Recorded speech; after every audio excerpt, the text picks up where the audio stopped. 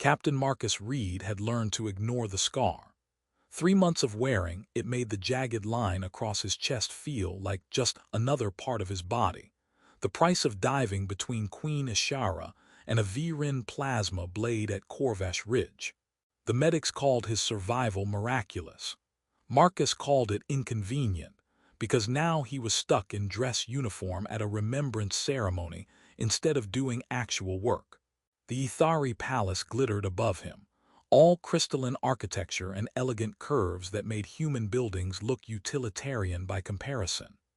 Queen Ishara stood at the memorial podium, her long ears swept back in the Ithari expression of solemn respect, addressing the crowd in her native language before switching to translated human speech. "We honor those who fell defending our alliance," she said, her voice carrying across the assembly. "Human and Ithari fighting together against those who would see us divided. Their sacrifice purchased the peace we now build." Marcus stood in formation with other human soldiers, uncomfortable and hyper-aware of how his dress blues felt too tight across the shoulders. He'd rather be running security checks or training scenarios, anything except standing still, while politicians made speeches about sacrifice. He knew what sacrifice looked like.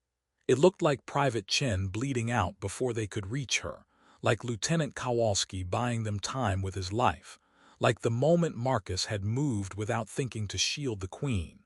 Ishara's gaze found him in the crowd. Something flickered in her expression, recognition, gratitude, maybe something else he wasn't equipped to interpret. Her eyes held his for a moment too long before returning to her prepared remarks. After the ceremony, her attendant appeared at Marcus's elbow. "Captain Reed, Her Majesty requests a private audience." Great, either a commendation he didn't want or trouble he definitely didn't need. Marcus followed through palace corridors that still felt impossibly foreign, all bioluminescent panels and acoustic architecture designed for Ithari hearing ranges. He'd studied their culture during the joint training, but knowing facts about someone's species and actually understanding them were entirely different things. The attendant led him to what looked like a solarium rather than a formal receiving room. Queen Ishara stood by the windows overlooking gardens where engineered plants created patterns of light against evening darkness. She dismissed her guards with a gesture that protocol probably didn't permit, then turned to face Marcus. "Thank you for coming," she said, which was ridiculous because royal summons weren't exactly optional. "Please sit." "I'm fine standing, Your Majesty." "Marcus." She used his first name, which felt intimate in ways he wasn't ready to examine. "I asked you here because there's something I need to say, and formal settings make honesty difficult." That got his attention. Queen Ishara, who'd stared down V-Rin battlecruisers without flinching, looked nervous. Her long ears angled toward him with obvious focus, and he remembered from cultural briefings that meant she was analyzing not just his words, but his tone, heartbeat, the involuntary signals humans couldn't consciously control. This was going to be complicated. "Your Majesty, if this is about Corvash Ridge, I was doing my job. Any soldier would have. Any soldier would have calculated survival odds and chosen differently." Queen Ishara interrupted gently. "I've reviewed the tactical data, Marcus. You moved before conscious thought. That wasn't training. That was instinct." Marcus didn't know what to say to that. She was right. He'd moved without thinking, driven by something beyond tactical assessment. In that split second, the idea of Queen Ishara dying had been unacceptable in ways that transcended military objectives or alliance preservation. "I'm glad you survived," he said finally, which felt inadequate but honest. Ishara stepped closer, and Marcus noticed details he'd missed during formal interactions. The way her eyes shifted from amber to gold in different light, the silver threading through her dark hair that Ithari considered marks of wisdom rather than age. She was younger than most human leaders with equivalent power, but she'd earned her position through strategic brilliance rather than inherited right. "I need to understand something," she said quietly. "Was it duty that moved you at Corvash Ridge, alliance preservation, Or was it something else? The question hung between them, dangerous and impossible to answer honestly. Because the truth was Marcus didn't fully understand his own motivations. He just knew that watching Queen Ishara lead with courage and genuine care for her people had affected him in ways that went beyond professional respect. "Does it matter?" he asked instead of answering. "Yes." Her hand moved toward him, then stopped, respecting human personal space norms. "Because I've been trying to categorize what I feel as gratitude. Trying to convince myself that this is simply appreciation for someone who saved my life. But gratitude doesn't explain why I requested your continued assignment. Why I find myself seeking your presence during diplomatic functions. Why the idea of you transferring to combat rotation feels." She trailed off, searching for the right word. "Unacceptable," Marcus finished quietly, using her earlier phrasing. Their eyes met and something shifted in the air between them. Not attraction exactly, though that was there too, but recognition. The acknowledgement of something neither of them had permission to feel. "This complicates everything," Marcus said. "Yes," Ishara agreed. "It absolutely does." They stood in silence, the weight of unspoken possibilities pressing down, both of them acutely aware that they'd just crossed a line that protocol and duty said should never be approached. The following weeks transformed Marcus's assignment from professional to torture. He couldn't avoid Queen Ishara. Security detail required constant proximity during public appearances and diplomatic meetings. But now awareness crackled between them, careful formal distance barely masking something neither could acknowledge openly. Other soldiers noticed. Sergeant Kim made jokes about the captain being the Queen's favorite. Marcus ignored them and focused on work, except his focus kept fracturing every time Ishara entered a room. He watched how she processed tactical information during security briefings, the decisive way she cut through political posturing to reach strategic truth, and realized he wasn't just protecting a valuable ally. He was protecting someone he'd come to care about in ways that complicated everything. The situation got worse when Ambassador Thuron arrived from the Meridian Coalition. He was everything Marcus wasn't: politically sophisticated, culturally fluent in Ithari customs, possessing refined charm that belonged in palace settings. He brought Queen Ishara an antique text about ancestral queens, demonstrated perfect understanding of Ithari social protocols, and clearly saw her as more than a diplomatic necessity.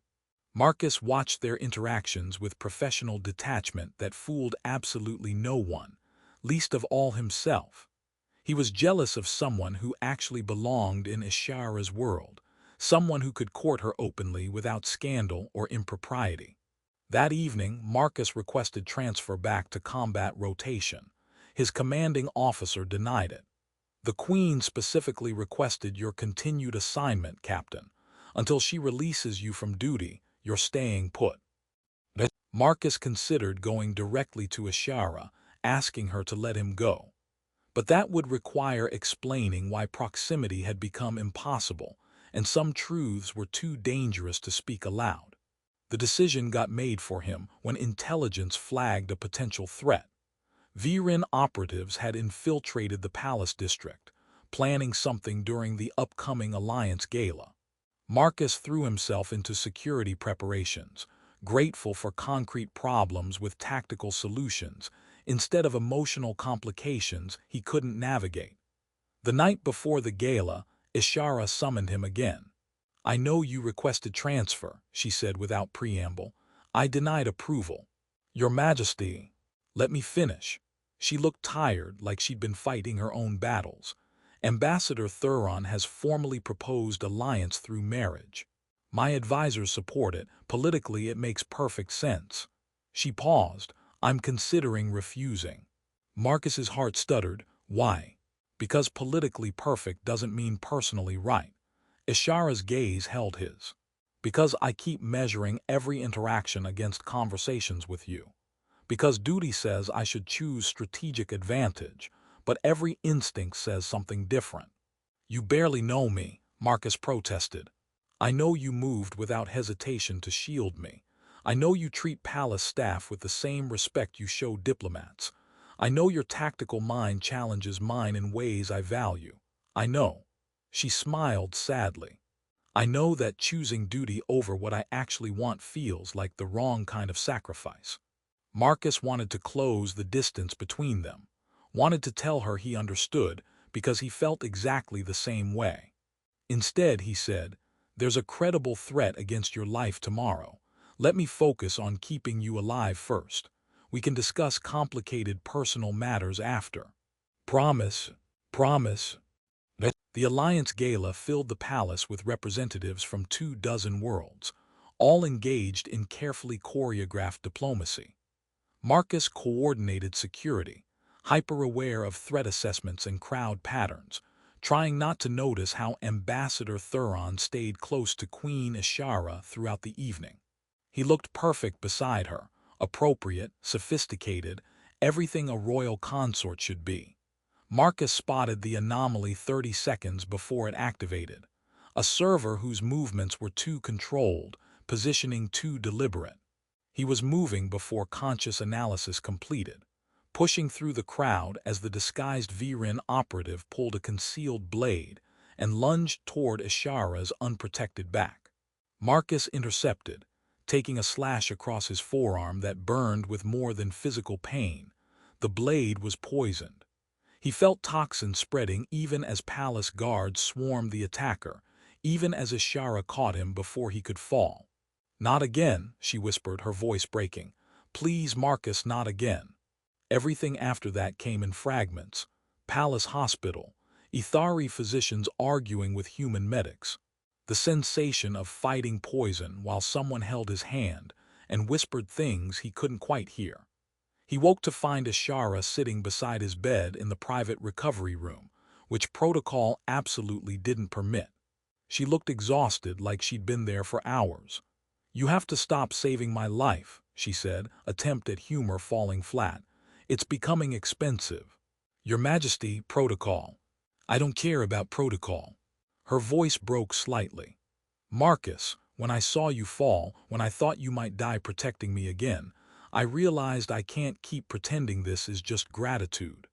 I care about you in ways that have nothing to do with duty or alliance." Marcus stared at her, his mind struggling to process this. "I'm a soldier, you're a queen. This isn't." "Possible, appropriate, probably not." Ishara's smile was sad. "But apparently neither is repeatedly risking your life for mine." She stood, moving to leave, then stopped. "The scar from Corvash Ridge. May I see it?" Marcus hesitated, then opened his medical gown enough to reveal the jagged line across his chest. Ishara reached out slowly, giving him time to refuse, then gently traced the scar's path with her fingertips. The touch was intimate in ways that transcended medical assessment. "This is where you nearly died for me," she whispered. Her hand rested over his heart. "That's where my heart belongs, Marcus, in the care of someone who valued my life above his own, not because duty required it, but because you couldn't imagine another choice." Marcus froze, every practiced objection dying unspoken, because she was right. When he'd moved to shield her, both times, it hadn't been about preserving alliance leadership or fulfilling security obligations. It had been about protecting someone who'd become irreplaceable. "I don't know how this works," he managed finally. "The politics, the cultural differences. We'll figure it out." Ishara's smile turned genuine. "If you want to try." Marcus thought about duty and protocol, and all the practical reasons this was impossible. Then he thought about how her presence made even routine security briefings feel meaningful, how her strategic mind impressed him as much as her courage, how the idea of transferring away had felt like losing something essential. "I want to try," he said. Ishara leaned down and kissed his forehead, the gesture both tender and significant in Ithari custom. "Then we will." The official announcement came weeks later, after diplomatic negotiations and cultural consultations. Queen Ishara named Captain Marcus Reed as her chosen consort, citing courage, character, and bonds forged through sacrifice. Some celebrated it as proof of deepening alliance. Others criticized it as inappropriate. Marcus and Ishara ignored both reactions. At the formal bonding ceremony, when Ishara placed her hand over the scar on Marcus's chest during traditional vow exchange, he finally understood what she'd meant in that hospital room. "Where your heart belongs," he whispered, covering her hand with his own. "Always," she confirmed. And in front of assembled witnesses from multiple worlds, they chose each other, not